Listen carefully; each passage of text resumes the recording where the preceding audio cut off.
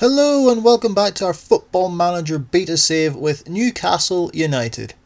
In the last episode, of course, you would have seen the three games that we played were Everton, Sheffield United and Liverpool. Didn't go overly brilliantly, a 2-1 defeat to Everton in a game that we thoroughly deserved to lose. We battered Sheffield United in a much better performance, and in a thoroughly entertaining game with our second string against Liverpool, where we went down 4-2 to the reigning Premier League champions. Since then, we've played a whole heap of games off camera, starting with a 1-1 draw against Arsenal, Callum Wilson getting the goal there, and another loss to Liverpool, and then a 2-2 draw against Chelsea. For the second time this season, we took a 2-0 lead against Chelsea. Joe Linton in on goal, puts it past the goalkeeper to give us the lead after 9 minutes, and then a breakaway from St Maximin, just runs like a mad thing. And it's an absolutely terrific goal. Runs the entire length of his own half and puts it past the keeper to make it 2-0. And then it's just a exact repeat of what happened last time we played, except Memphis gets a goal back right after the break. And then Reece James with an absolute perler of a free kick to give Chelsea the draw. They've come back from 2-0 against us for the second time this season. After that, it was a crushing 4-1 defeat away at Leicester. Absolutely terrible way to carry on. We needed to pick up our form against Fulham, and we absolutely did that with a 3-1 victory. Yet another goal for Joe Linton as Almiron played it back to Longstaff, and Joe Linton's there to tap in past the goalkeeper. And then a Matty Longstaff penalty made it 2-0 after 15 minutes. And then some top quality dicking about leads to Joe Linton getting his second of the game. Fulham did, however, get another one. Ademola Lookman, who of course scored a hat-trick against us earlier on, puts Longstaff under pressure, who just passes it to Bobby Reid, who just smacks it in the back of the net. Terrible play from the back, but we did hold on and get a valuable 3-1 victory. Building on that, we got a 0-0 draw against Tottenham. Bottom of the table Tottenham, I do believe. Really should have got a good result out of that game. And then a 2-0 victory at home to West Ham keeps our decent little run going. There's some Maximin free kick, saved by Fabianski, and Matty Longstaff is there to tap into an empty net to give us the lead. Then Sean Longstaff plays it to Emerson, teases his man, gets it across, and St Maximin blasts it into the back of the net to give us a 2-0 victory. And look at this, back-to-back wins. Look at us doing stuff against Burnley, a 3-1 win away at the stadium that is difficult to say for Northern Irishmen. We'll just say Burnley's away ground. In fairness, this is a much tighter game than the scoreline suggested. Eric Peters with some terrible play out at the back. Almiron finds Callum Wilson and he sneaks in to give us the lead after 8 minutes on the clock. Wilson again then with a good run forward, good strong run, and it's a goal of his own making as he slots it past the keeper to double his and our tally. Burnley did get back into the game though right after half-time. A Brownhill corner met by the Bonds of Tarkovsky. But then in the 93rd minute, Bakary Jatta plays it to Wilson, who gets it back to Jatta, who finally gets his first goal of the season. Following that win, we got a 1-1 draw against Wolves and a 1-1 draw against Crystal Palace to leave us 12th in the Premier League table. There we go, 29 games played, so 9 games left to play. We sit 12th in the table with 38 points. We're what? This is where I have to do quick maths. Are we 15 points? 15 points clear of the relegation zone. Currently inhabited by West Ham, Burnley and Tottenham, who look like they're going to get relegated with this surely is a fault. But either way, if Tottenham go down, that's a little bit hilarious, so it's fine. During all that, of course, it was transfer deadline day. Not a whole heap happened. We did finalise the deal for Matthias Arezzo. He did come to us. The only issue is he doesn't have a work permit. So I've been trying to send him out on loan, but it hasn't really gone brilliantly, as you can see. I was going to try and send him out on loan to get him some game time. So I've thrown him in the under 23s to keep him fit. But Arezzo is in. And the only other real outgoing, Yannick Touré, went out on loan to this team in Switzerland, whose second part of the name is a palindrome. There you go for your A-level English. But he is going to be joining Hoffenheim on a permanent deal when his contract runs out.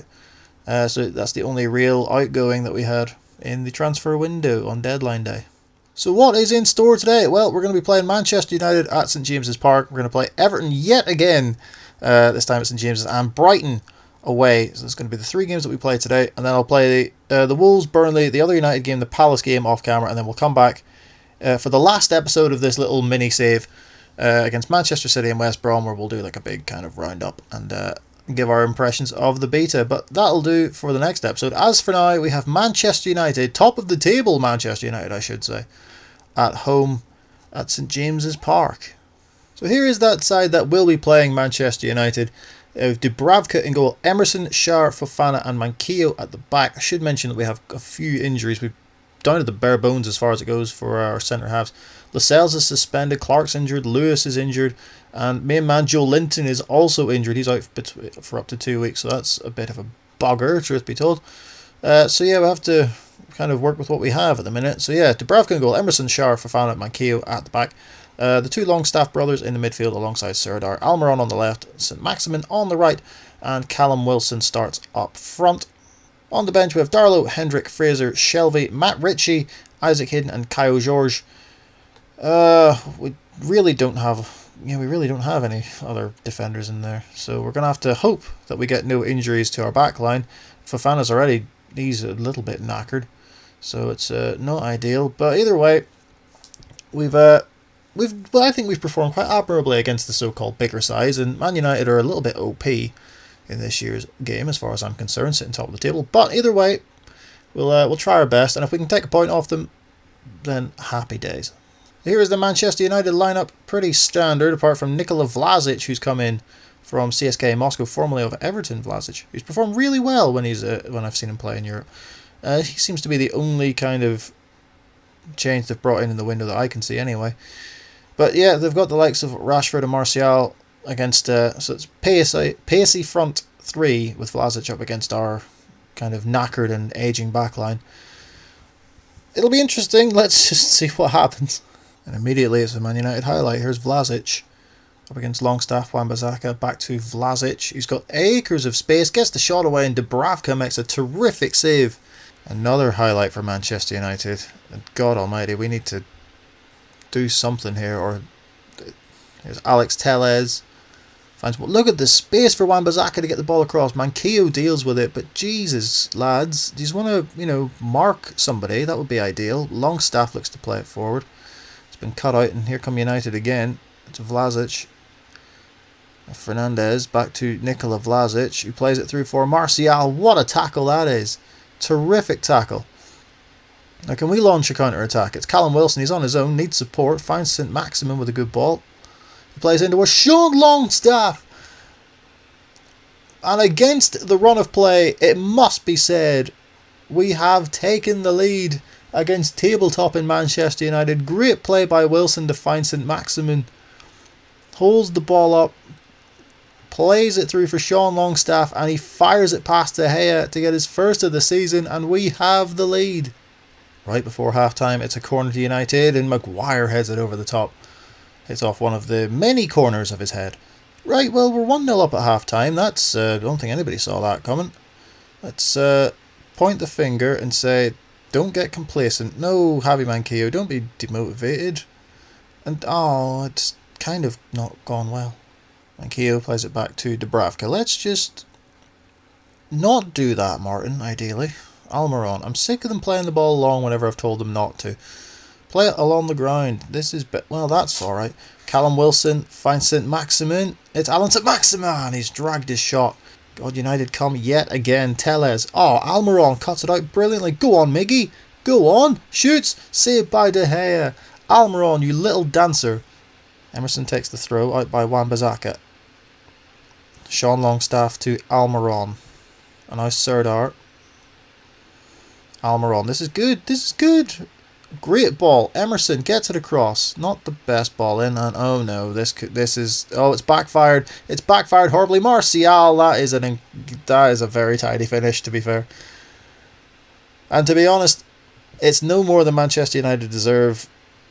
They've absolutely battered us for the most part.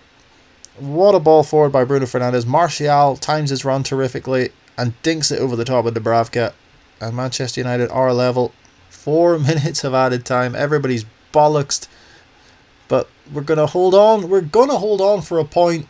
A point that we do not deserve in the slightest. Look at these stats. Jesus Christ.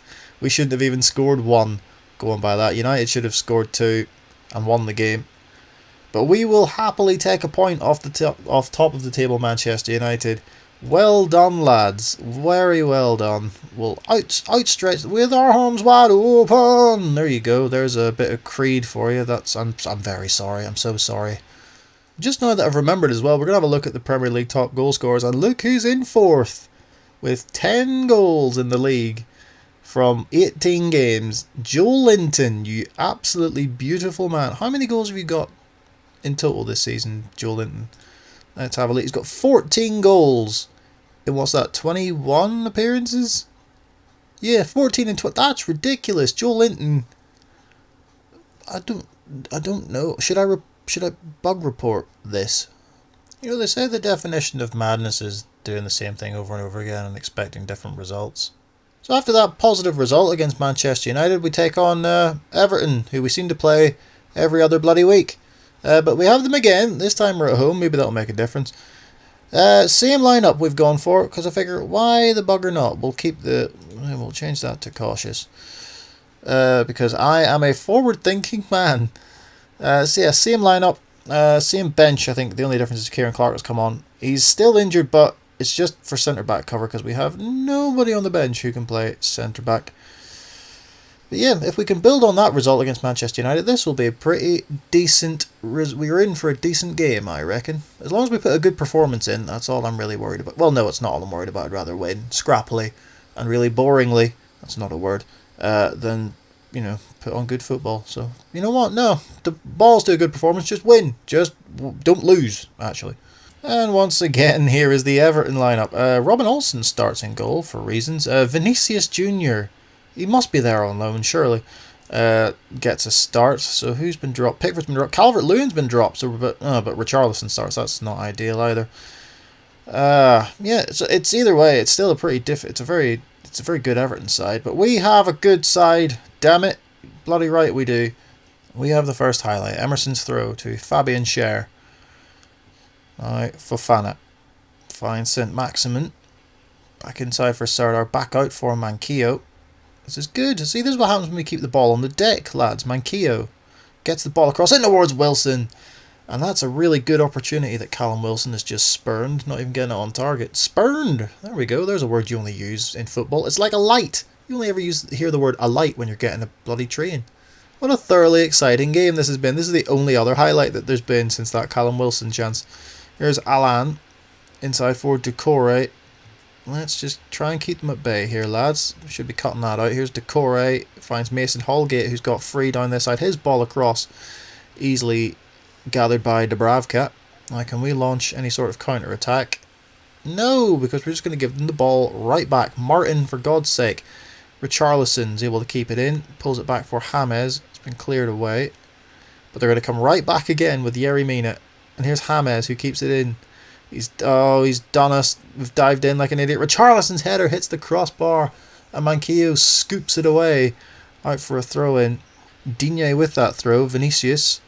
Here's Sigurdsson. Gets the ball in towards Doucouré. What a save by Dubravka as he tips it onto the post.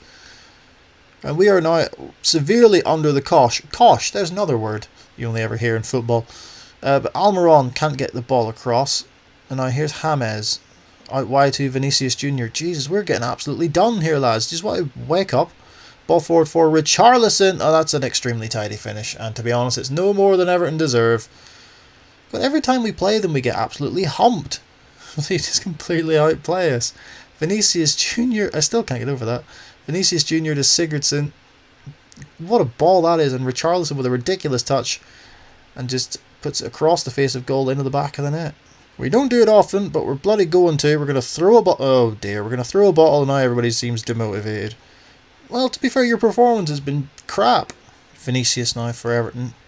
Back to Alan. What a ball to Digne. And again, our fullback's completely out of position, as Digne has plenty of time to get the ball across in towards Doucouré, who's put it over the bar.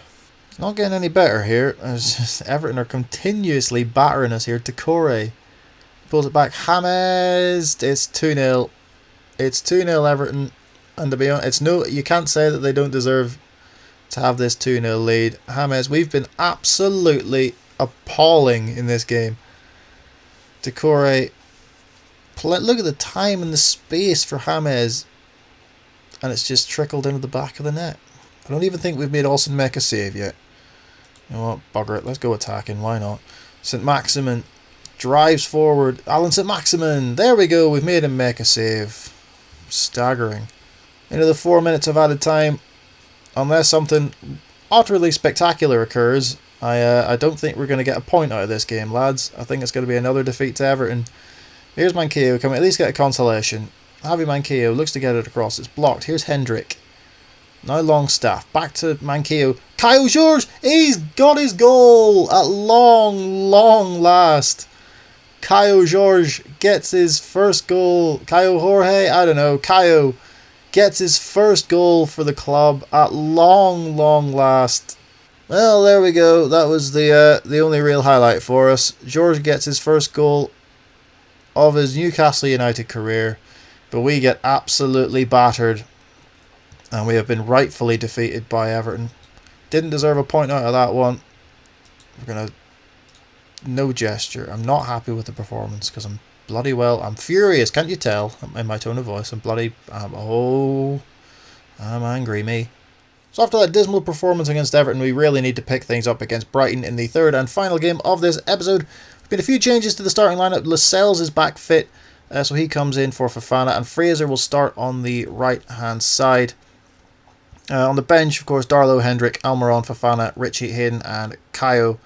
It's actually quite coincidental that we're playing Brighton, as I'm currently watching the Aston Villa Brighton game on the telly currently. It's